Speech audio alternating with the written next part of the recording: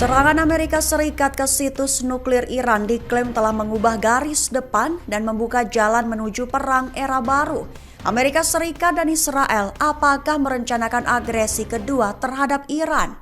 Mengutip Palestine Chronicle pada 7 Juli, hal ini merupakan hasil analisis dari Institut Washington untuk Kebijakan Timur Dekat atau WINEP.